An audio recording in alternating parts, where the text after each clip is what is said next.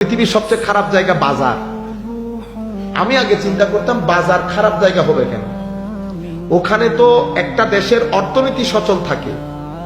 পরে দেখলাম আমার নবী আসলে অর্থনীতির দৃষ্টিকোণ থেকে বলেন নাই, আমার নবী সুহবতের দৃষ্টিকোণ থেকে বলেছে। বাজারের মধ্যে 70 ধরনের মানুষ থাকে, এই মানুষগুলোর মধ্যে কে কোন সুহবতের আপনি জানেনও না। আপনি বাজার ঘুরে এসেছে, আপনার শার্টে যেমন ময়লা পড়েছে ভিতরে ময়লা পড়ে গেছে। সাদা শার্ট পরে গেছেন না বাজারে, আস্তে আস্তে ময়লা পড়তে কিন্তু দেখেন নাই, যখন ঘরে আসছেন তখন দেখতেছেন কলার কালো হয়ে গেছে। ইন্না লিল্লাহ, এখন পরে গেলাম। তাইলে বোঝা যাচ্ছে আবহাওয়ার মধ্যে ময়লা আছে যেটা দেখা যায় না। তো আবহাওয়া থেকে ময়লা যেমন শার্টে পড়ে, সুহবত থেকে ময়লা তেমন কলবের মধ্যে পড়ে।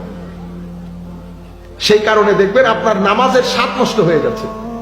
আমার নবী সেই কারণে বলছেন, তুমি যখন বাজারে যাবা তখন এই তাসবিহটা পড়বা, লা ইলাহা ইল্লাল্লাহ ওয়াহদাহু লা শারীকা লাহু লাহুল মুলকু ওয়া লাহুল হামদু ওয়া হুয়া আলা কুল্লি শাইইন কাদির।